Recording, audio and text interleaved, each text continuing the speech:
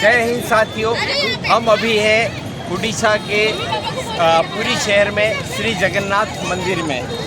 यह जो जगन्नाथ मंदिर है यह हिंदुओं के 4 धाम में से एक है। इसका निर्माण सतयुग में राजा इंद्रद्युम्न ने अपनी पत्नी गुंडीचा के कहने से या सलाह पर बनवाया था। 12वीं सदी में इसका पुनर्निर्माण गंग वंश के अनंत वर्मन चोडगंग देव ने करवाया। 1174 में इसका जीर्णोद्धार अनंग भीमदेव ने करवाया।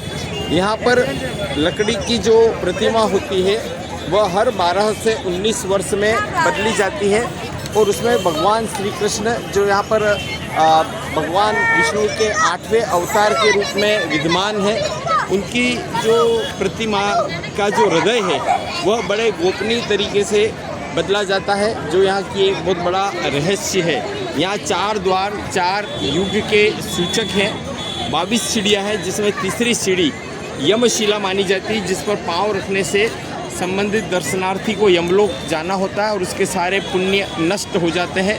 इस 22 सीढ़ियों के जो समूह है उसे बेसी पहाचा कहते हैं।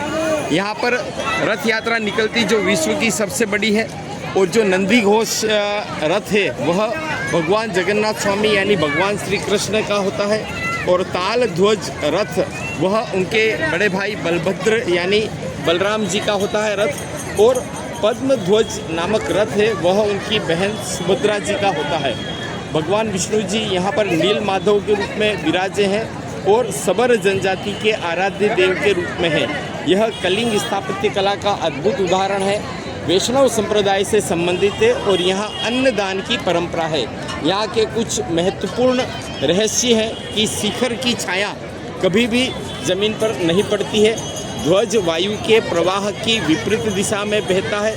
यहाँ का जो मुख्य द्वार है सिंह द्वार, उसके बाहर समंदर की आवाज़ आप सुन सकते हैं लहरों की, लेकिन एक कदम भीतर रखते ही वह आवाज़ सुनाई नहीं देती है। यहाँ की मूर्तियाँ अधूरी है क्योंकि भगवान विश्वकर्मा ने इन मूर्तियों को बनाया था। उन्होंने कहा था कि 21 दिन तक कोई इन्हें डिस्टर्ब नहीं करे, लेकिन किसी तरह की आवाज़ नहीं होने पर वो जो राजा थे इंद्रद्युम्न, उनकी पत्नी गुंडीचा ने कहा कि देखो आवाज़ नहीं आ रही, क्या कारण है। तो उन्होंने दरवाजे खोले और अपने वादे के मुताबिक भगवान विश्वकर्मा ने जितनी प्रतिमा जितनी बनाई गई थी बस उसमें आगे कोई निर्माण नहीं हुआ।